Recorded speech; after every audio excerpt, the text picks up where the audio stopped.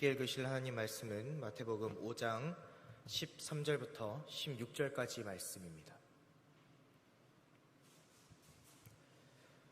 마태복음 5장 13절부터 16절까지 말씀을 함께 교독하겠습니다.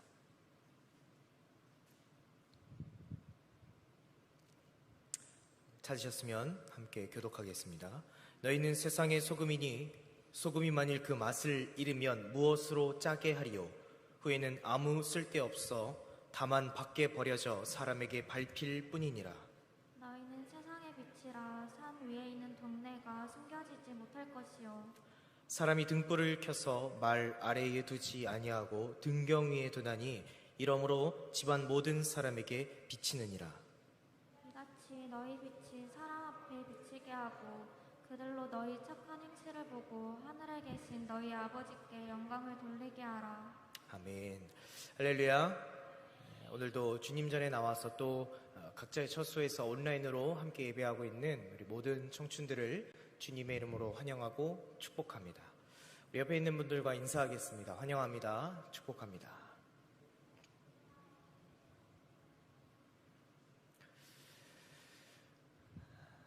네, 계속해서 예배에 관한 말씀을 보고 있습니다. 또 아까 기도했고 또 찬양했듯이 코로나 격상으로 인해서 이제 다음 주부터 2주간은 전면 비대면 예배를 드려지게 됩니다. 계속 들었던 예배에 관한 말씀 그리고 또 오늘 말씀을 잘 묵상하고 기억하고 그래서 각자의 자리에서 그러나 함께 예배하는 귀한 기간들로 보내기를 간절히 소망합니다. 오늘 말씀의 제목을 함께 따라 하겠습니다. 예배 이제 시작. 한 번 더 따라 하겠습니다. 예배 이제 시작. 지난주 말씀을 통해서 예배가 많은 걸 준비하고 분주해서 그래서 열심이긴 한데 정작 예수님을 향한 기쁨과 감사함이 사라지고 있지 않은지 마르다와 또 마리아의 모습을 보면서 우리의 예배를 돌아보는 말씀을 보았습니다. 하나님과의 만남, 또 최고의 가치를 하나님께 드리는 것, 분주함이 아니라 예수님의 은혜의 기쁨과 감사함이 가장 먼저 되어야 되는 것, 이렇게 우리가 예배에 대한 말씀들을 계속 나누고 있습니다. 자, 그런데 여러분은 이 예배를 드리면서 예배를 드리기 전에 그 시작 전의 마음이 좋습니까? 혹은 예배가 모두 다 끝나고 나서가 마음이 좋습니까? 끝나고 나서가 마음이 더 좋다면 왜일까요? 무언가를 마쳤고 이제 좀 마음이 가볍고 후련하고 참아왔던 밀려왔던 무언가를 이제 실컷 할 생각 때문 아니겠습니까? 저조차도 그런 마음이 없지는 않죠. 그런데 오늘 말씀의 제목처럼 예배는 끝나는 순간에 끝나는 것이 아니라 사실은 그때부터 시작입니다. 우리의 찬양이 끝났습니다. 또 우리가 나누고 있는 이 말씀이 끝날 겁니다. 그리고 이후에 목장 모임과 여러 가지 모든 순서들을 마치고 교회 문 밖을 나설 겁니다. 우리의 예배가 모두 끝나고 돌아가는 그때부터가 사실은 예배의 시작이 됩니다. 예배에 대한 말씀을 마무리하면서 그렇게 말씀으로 배운 예배를 드리고 난 이후에 시작될 우리의 예배를 함께 보려고 합니다. 오늘 본문은 예수님께서 제자들과 또 많은 무리들에게 산 위에서 전하신 산상수훈의 말씀입니다. 그 중에서도 세상에 끼쳐야 할 그리스도인의 삶에 대해 말씀하시는 부분이 바로 우리가 읽은 이 마태복음 5장 13절에서 16절 말씀 부분입니다. 자, 읽었던 본문 13절 말씀 13절을 함께 읽겠습니다. 너희는 세상의 소금이니 소금이 만일 그 맛을 잃으면 무엇으로 짜게 하리요? 후에는 아무 쓸데없어 다만 밖에 버려져 사람에게 밟힐 뿐이니라. 우리가 잘 알고 있는 맛을 잃은 소금에 관한 말씀입니다. 청춘에서도 이 말씀을 사실 몇 번이고 나눴었기 때문에 아마 다들 기억하고 있을 겁니다. 간략하게 설명하겠습니다. 맛 잃은 소금, 우리가 알고 있는 소금, 우리가 사용하고 있는 이 천일염은 바닷물을 증발시켜서 얻는 소금입니다. 그래서 NaCl, 염화나트륨. 그래서 이건 완전한 화합물이기 때문에 이것은 맛을 잃는다는 게 불가능합니다. 어려운 얘기가 아니죠? 그런데 당시에 이 성경이 쓰여진 이 당시에 이스라엘에서는 이 NaCl, 이 바닷물을 증발시킨 소금이 아니라 염분이 높이 있는 사해바다 주변에 있는 그 돌을 갈아서 소금으로 사용했습니다. NaCl 말고도 염화 나트륨 말고도 수많은 여러 가지의 물질들, 불순물이라고도 표현하는 여러 가지들이 포함되어 있습니다. 그런데 그게 몸에 좋은 영양분도 있어서 지금도 비싼 소금으로 거래가 되기도 하죠. 암염이라고 하죠. 돌소금. 그런데 이 돌을 갈아서 사용한 이 소금의 치명적인 문제점이 뭐냐면 관리가 어렵다는 거예요. 습도가 지금처럼 이 장마철, 여름처럼 습도가 높은 곳에 노출되거나 혹은 물이 닿아 버리면 물과 함께 염분이 같이 빠져나가게 됩니다. 물이 다 마르고 다시 원래대로 돌아오면 하얀 가루의 모양은 남아있는데 염분이 다 빠진, 즉 맛을 잃은 소금이 됩니다. 짠맛이 나지 않는 소금이 되는 거죠. 그 쓸모와 목적을 잃은 그 소금은 그냥 그 하얀 가루는 쓸모가 없어져서 버려지게 된다는 겁니다. 여러 가지 비유로 이 이야기들을 합니다. 그리스도인, 우리의 믿음, 우리의 삶을 잘 관리하지 않는다면 맛을 내지 못하는 이 소금처럼 쓸모가 없어져서 버려지게 된다. 이러한 이야기들도 많이 합니다. 그런데 오늘 우리는 이 소금보다 뒤이어 나오는 빛, 이 빛에 관한 말씀에 더 집중하려 합니다. 우리 14절 말씀을 읽겠습니다. 너희는 세상의 빛이라. 산 위에 있는 동네가 숨겨지지 못할 것이요. 예수님이 세상의 소금이라라고 하셨습니다. 또 이어서 너희는 세상의 빛이라라고 말씀하십니다. 너희는 세상의 빛이라. 산 위의 동네가 숨겨지지 못할 것이다. 산 위에 있는, 저 높이 있는 그 동네도 숨겨지지 못할 빛이라고 말씀하십니다. 높은 곳에 있어도 또 집들이 많은 마을이라 하더라도 빛이 비치게 되면 드러난다는 겁니다. 빛의 존재는 그러한 거죠.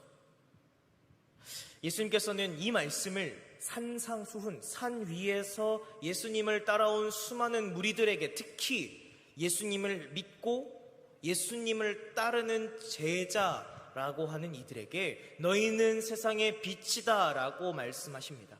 아무리 높고 아무리 많은 집들이 있어도 존재를 숨길 수 없게 하는 너희는 빛이다 라고 말씀하십니다. 어두운 곳에, 필요한 곳에 비추어야 하는 역할을 하는 그것이 존재의 목적인 빛이다 라고 말씀하십니다. 예수님을 믿는다고 하는, 또 예수님을 가장 가까이에서 곁에서 따른다고 하는, 그리고 그 복음을 이제는 많은 이들에게 전하고 나타내야 하는 제자들, 그리고 오늘 우리도 그렇다는 겁니다. 그런데 이어서 또 말씀하십니다. 15절 말씀을 읽겠습니다. 이같이 너희 빛이 사람 앞에 비치게 하여 그들로 너희 착한 행실을 보고. 15절 말씀을 읽겠습니다. 사람이 등불을 켜서 말 아래에 두지 아니하고 등경 위에 두나니 이러므로 집 안 모든 사람에게 비치느니라. 등불을 켜서 말 아래에 두지 않는다라고 말씀을 하십니다. 이 또한 여러 번 들어서 잘 알고 있는 청춘이 많이 있을 겁니다. 자, 여기서 말하고 있는 말 아래, 이 말은 무엇일까요? 우리 온라인으로 듣고 있는 분들도 한번 대답해 보시죠. 말, 여기서 말하는 말은 뭘까요?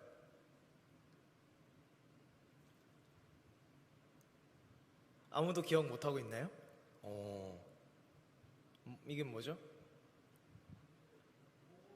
볼. 기억하고 있네요. 여기 원어를 보면 헬라어는 모디오스라고 되어 있습니다. 곡식의 양을 재는 나무로 된 그릇이라고 그래요. 영어 성경에 보면 부쉘, 또 다른 복음서에 보면 보울, 즉 그릇, 바가지 뭐 이런 거죠. 자, 그럼 다시 보면 등불을 켜서, 등불은 초에 불을 붙이는 거죠. 자, 등불을 켜서 그릇으로 덮어두지 않는다, 그릇 아래에 두지 않는다라는 말씀이에요. 뭐 당연한 거죠. 누가 촛불을 켜서 그릇을 덮어두겠습니까? 그릇을 덮어두면 잠깐은 바람이나 뭐 주위에 혹시 모를 위험으로부터 지켜질지는 모르겠어요. 그 불이 안전할지는 모르겠습니다. 그런데 그 그릇 안에만, 그 바가지 안에만 따뜻해지고 환해질 뿐이죠. 이 그릇 밖에 있는 다른 사람들은 빛이 있는지 등불이 켜져 있기는 한지 전혀 알 수가 없는 거죠. 그릇에 덮어두면. 빛이 있다고는 하나 그 존재를 알 수가 없다는 겁니다. 또 그릇을 덮어두면 이 공간은 밀폐가 되죠. 막히게 됩니다. 밀폐된 공간 안에서의 연소는 산소를 소모해서 이산화탄소로 바꾸게 됩니다. 불이 타기 위한 산소가 점점 사라지는 거예요. 불이 꺼지기 좋은 이산화탄소만 점점 늘어나는 거죠. 그래서 소화기에도 이산화탄소 성분이 있는 소화기도 있죠. 등불이 타오를수록, 바가지, 그릇 안에 덮어두는 등불이 타오르면 타오를수록, 시간이 지나면 지날수록 점점 산소는 사라지고 점점 타오를 수 있는 환경이 아니게 되고 결국 등불은 꺼지게 된다는 거예요. 그러니 아무도 당연히 사람이라면 등불을 켜면 말 아래, 그릇 안에 가두어두지 않는다라는 거죠. 그런데 왜 이 당연한 말씀을 예수님께서 하시는 겁니까? 예수 그리스도를 믿고 지금 따른다고 하는 이 제자들이 이것처럼 행동해서는 안 된다는 겁니다. 빛으로 부름받은 이들입니다. 제자들, 예수님을 믿고 따르는 모두들. 그런데 등불을 켜기는 했으나 빛은 빛이나 그릇 안에서만 빛나는 빛은 아니어야 된다는 겁니다. 편안하고 안전할지는 모릅니다. 그 안에서만 있으면. 그런데 정작 빛이 필요한 어둡고 험난한 곳을 비추지 못한다면, 밝히지 못한다면 존재의 목적이 맞지 않는다는 거죠. 예수님을 믿고 따르는 이의 삶의 모습, 빛으로 부름받은 이 삶을 나타내야 하고 보여줘야 할 곳은 저곳인데, 그곳에 전하지 않고 늘 안전한 곳, 우리끼리 이 안에서만 머물러서는 안 된다는 겁니다. 또 그릇 안에서 활활 타오르다가 점점 불이 꺼져가는, 산소를 소모하고 점점 불이 꺼져가는, 빛의 존재를 알리지도 못하고 목적도 하지 못하고 스스로 점점 죽어만 가는 이 등불처럼 되어서는 안 된다는 겁니다. 이 말씀은 제가 여러 번 청춘들과도 나눴었고 또 여러 번 이야기를 했습니다. 신학교 시절 학교 교수님께서 채플 시간 때 신학생들에게 하신 말씀입니다. 교회 안에서만 그리스도인의 삶을 살고 예수님을 알고 믿고 따르는 삶은 교회 안에서만 열심히 하고, 교회 문을 나서자마자는 예수님을 모르는 사람과 전혀 분간이 되지 않는 삶을 살지 않냐고 말씀하셨습니다.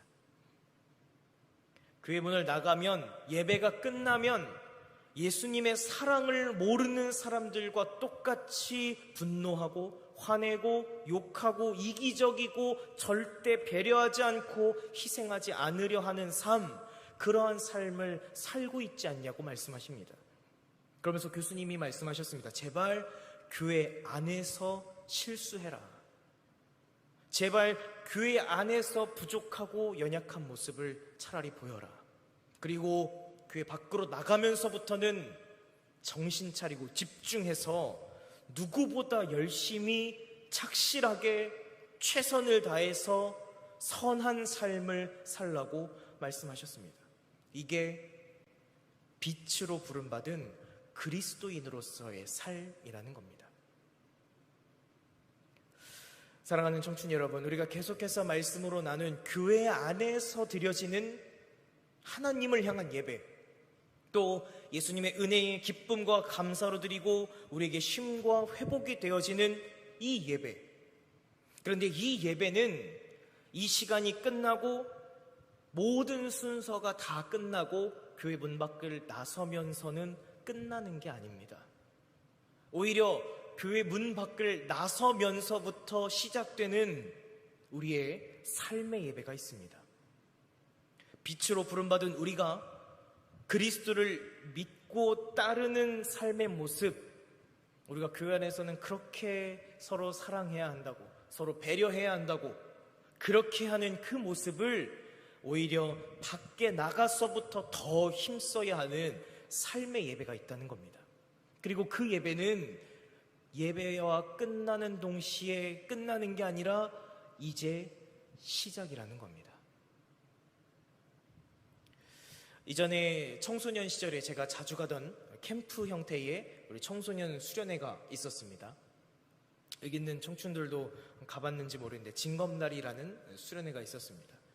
3박 4일의 그 수련회 시간을 보내다 보면 저처럼 뺀질거리던 학생들도 은혜를 받는 아주 놀라운 수련회입니다. 그 수련회는 마지막 날 저녁 집회가 끝나고 나면 꼭 하는 고정적인 똑같이 반복되는 일정들이 있습니다. 가장 먼저는 셀레브레이션을 하는 거죠.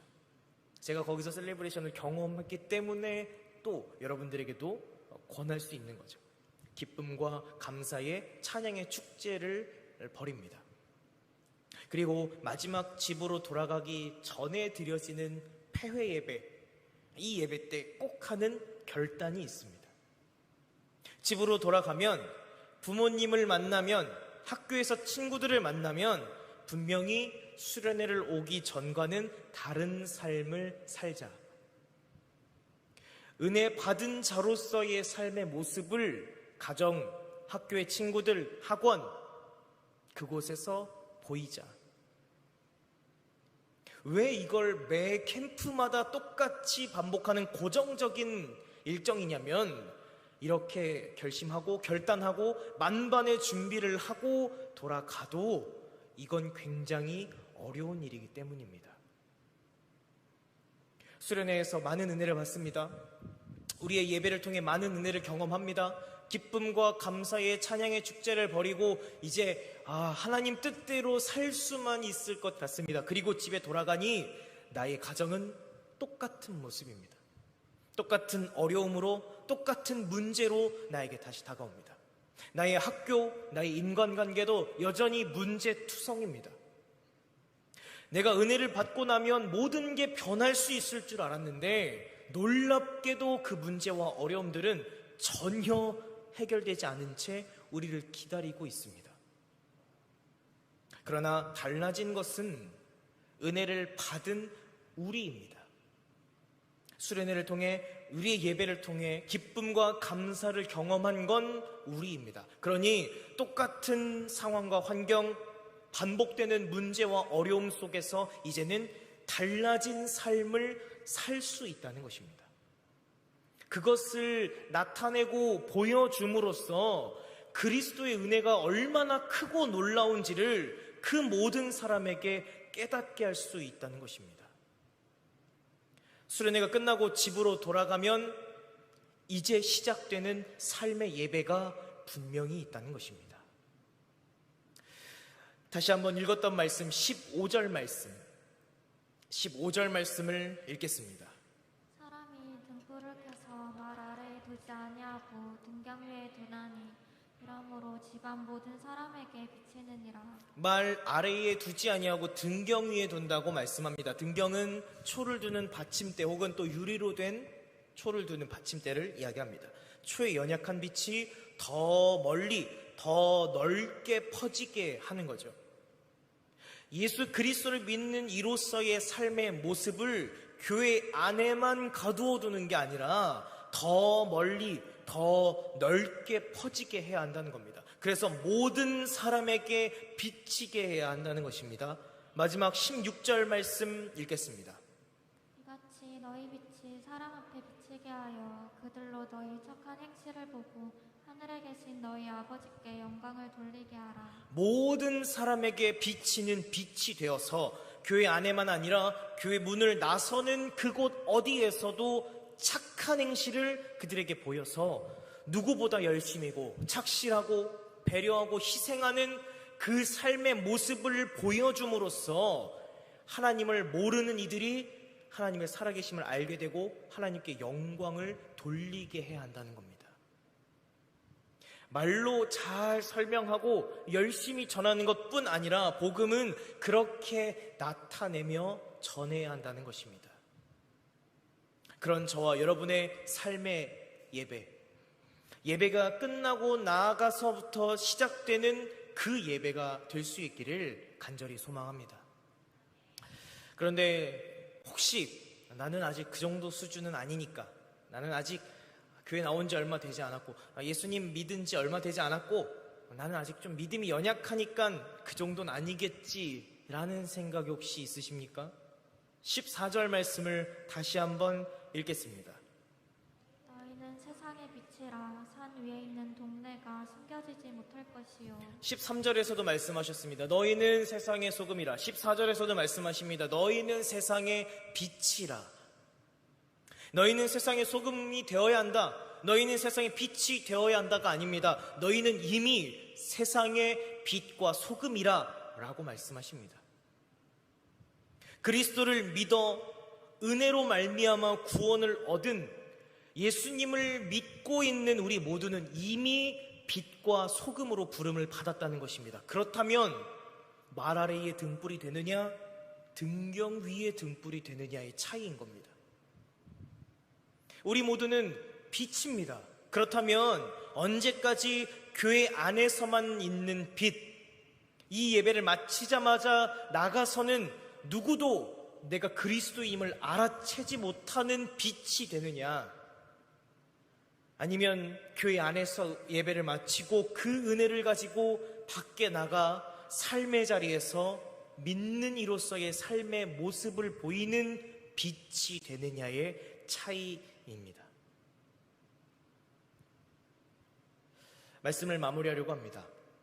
지금 우리 교회는 교회적으로 적극적인 복음 전도 사역에 집중하고 있습니다. 위에 현수막에도 보면 다 일정들이 나와 있죠. 7월 한 달 동안의 새벽 예배를 전도 대상자들을 정하고 그들을 위해서 힘써 기도하는 썸머 프레이어 페스티벌이 진행 중에 있습니다. 또 청춘은 파이팅 프로젝트, 작정서도 적고 복음 영상도 제작하고 마귀의 관계를 부숴라라는 독서 나눔 프로그램도 진행하고 있습니다. 이 모든 것들을 통해서 우리의 가족, 우리의 친구, 우리의 지인들에게 복음을 전하여 그들이 예수님을 알게 되는 가장 그리스도인다운 그 사명을 감당하려고 하고 있습니다. 그리고 이 복음 전도의 시작은 바로 우리의 예배로부터입니다. 교회 안에서 함께 드리는 이 예배, 지금 이 순간의 이 예배를 통해 기쁨과 감사와 은혜를 마음껏 경험하고 이 예배가 끝나고 교회를 나서면서부터는 가정과 학교와 직장에서 주어진 삶의 현장에서 착한 행실을 통해 하나님을 나타내는 삶의 예배, 이것으로부터 우리 복음 전도는 시작되는 겁니다. 그렇게 하나님을 모르는 이들이 크고 놀라운 하나님의 존재에 관심을 갖게 하고 우리의 삶으로 하나님을 전해야 하는 것입니다. 저도 그 썸머 프레이어 페스티벌 이 종이가 있는데 여기에 적은 전도 대상자가 있습니다. 저도 먼저는 그리스도인의 삶을 나타내고 보인 이후에 복음을 전하기 위해서 지금 그러한 관계를 열심히 이어가고 있습니다. 여기서 드려지는 이 예배를 드리고 난 후, 은혜를 경험한 후 이 은혜를 붙들고 나아가서 이제 시작될 삶의 예배를 저도 드리려고 하고 있습니다. 사랑하는 청춘 여러분, 그러니 예배합시다. 그리고 또 예배합시다. 하나님의 은혜를 경험하는 지금 이곳 교회에서의 예배, 그리고 이 은혜로 말미암아 예수님을 닮아가 변할 수 있는 삶의 예배, 우리의 가족, 친구, 지인들, 이들도 하나님께 영광을 돌리게 하는 놀라운 역사가 우리의 모든 예배를 통해 이제 시작될 수 있기를 간절히 소망합니다. 특별히 아까 광고했듯 코로나의 4차 대확산으로 인해서 돌아오는 월요일부터는 거리두기 4단계로 올라가고 이제 2주 동안은 다시 전면적인 비대면 예배만 드려지게 됩니다.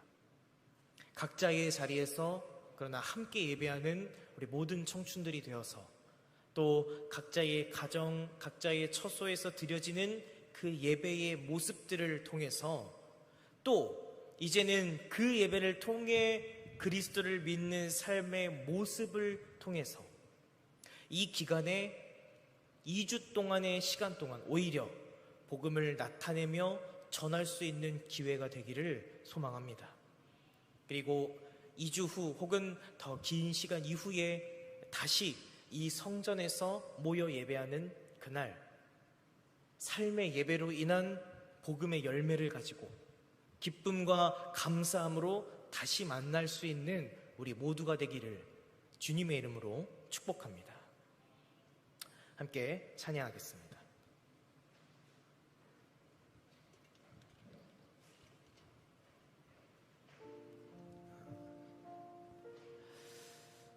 우리가 이전에 3월 2번의 예배를 특별한 집회로 드리며 청춘의 겨울 수련회를 그렇게 함께 드렸습니다. 그리고 그때 고백했던 찬양입니다. 아까 이야기했듯 저도 청소년 시절에 수많은 수련회와 캠프를 통해 결단했던 삶의 모습들, 또 수없이 반복하고 고백했던 찬양입니다. 우리 나로부터 시작되리 함께 찬양하겠습니다.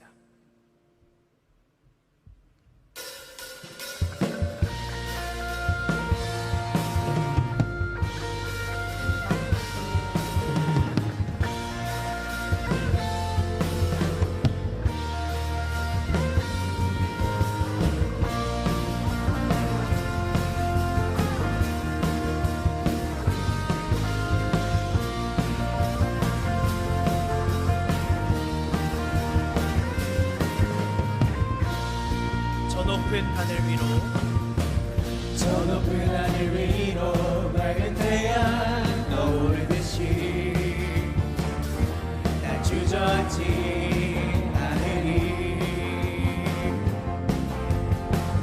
어떤 어려움에도 주의 길을 선택하리. 빛 가운데로 걸으리. 아멘. 주님을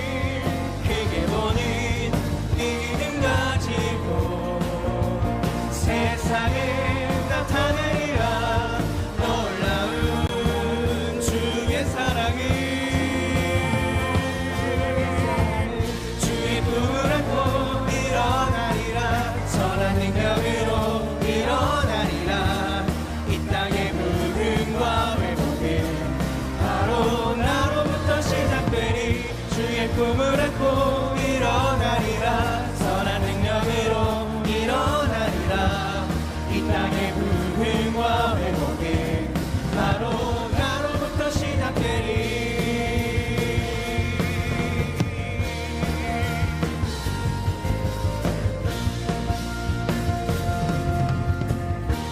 다시 한번 찬양하겠습니다. 저 높은 하늘 위로, 저 높은 하늘 위로 밝은 태양 떠오르듯이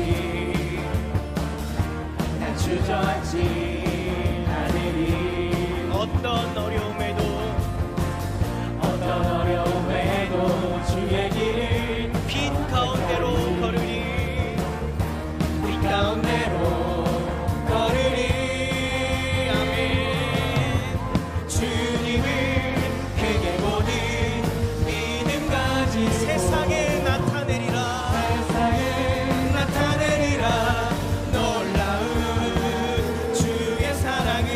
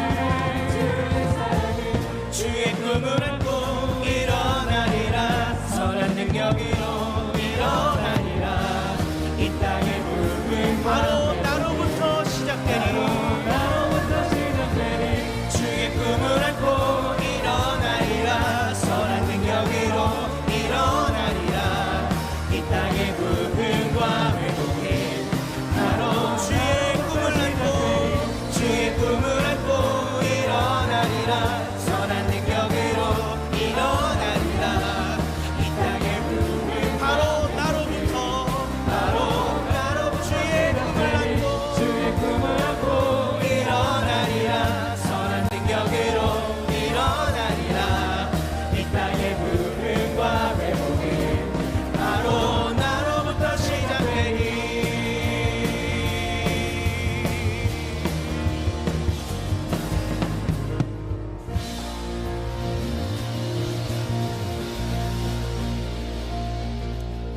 우리가 찬양으로 고백했던 이 가사들처럼 여전히 주어진 어려움과 문제들 앞에서 주저앉지 않고 빛 가운데로 걸을 수 있는 것은 우리의 예배를 통해 은혜를 충만하게 경험하고 또한 그 은혜로 말미암아 이제 돌아갈 삶의 자리에서 살아내는 삶의 예배를 드릴 때에 이루어질 수 있습니다.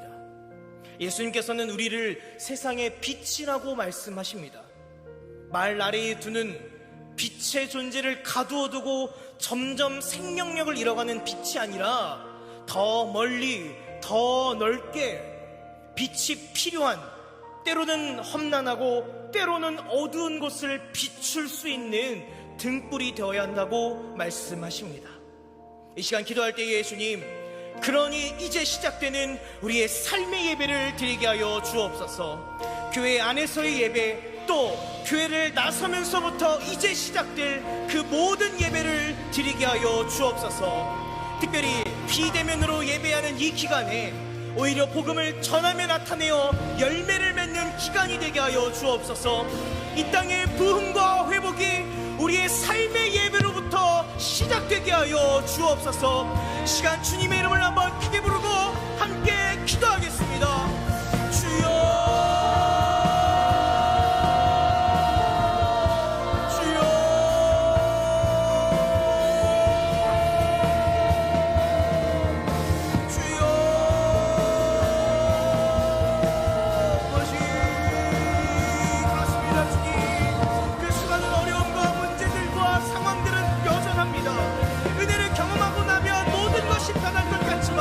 똑같이 우리를 힘들게 하는 그 자리일 뿐입니다. 그러나 그곳이기에 비춰야 하는 자리입니다.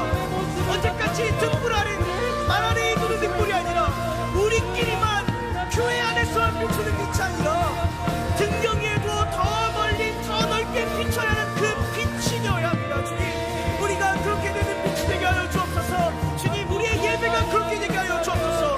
끝나면서부터 이제 시작되어질 삶의 예배를 드리게 하여 주옵소서. 다가온 어려움이 있습니다. 여전히 상황과 문제들은 우리를 힘겹게 할 뿐입니다. 그러나 주님, 달라진 우리 되게 하여 주옵소서. 주님을 크게 보는 믿음을 가지고 나아가게 하여 주옵소서. 이제부터 시작되어질 삶의 예배가 하나님 오늘의 은혜를 통하여 붙들며 나아가는 하나님 귀한 예배가 되게 하여 주옵소서. 하나님, 우리의 귀한 모든 심령들을 주께서 축복하여 주옵소서. 은혜로 충만케 하여 주옵소서. 이 문을 나서면서부터 또다시 붙들며 살아갈 삶의 예배를 드리게 하여 주옵소서. 주여,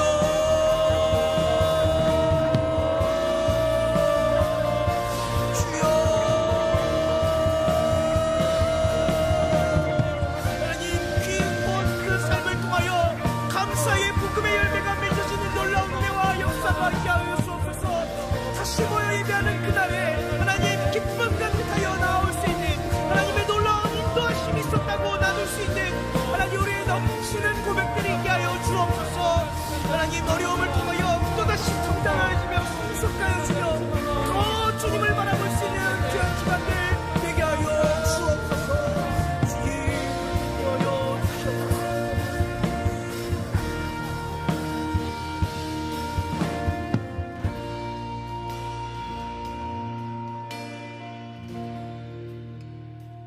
너희는 세상의 빛이라.